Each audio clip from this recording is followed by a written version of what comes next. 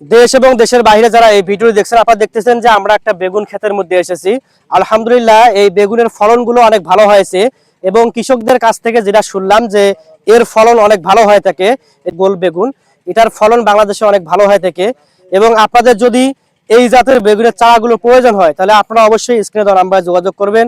এবং আমরা বাংলাদেশের যে কোনো জেলায় এই জাত সহ আরো বিভিন্ন জাতের বেগুনের চারা, বিভিন্ন জাতের মরিচের চারা, বিভিন্ন জাতের টমেটোর চারা সহ, বিভিন্ন জাতের পেঁপের চারা সহ আরো বিভিন্ন প্রকারের চারাগুলো সেল দিয়ে থাকি।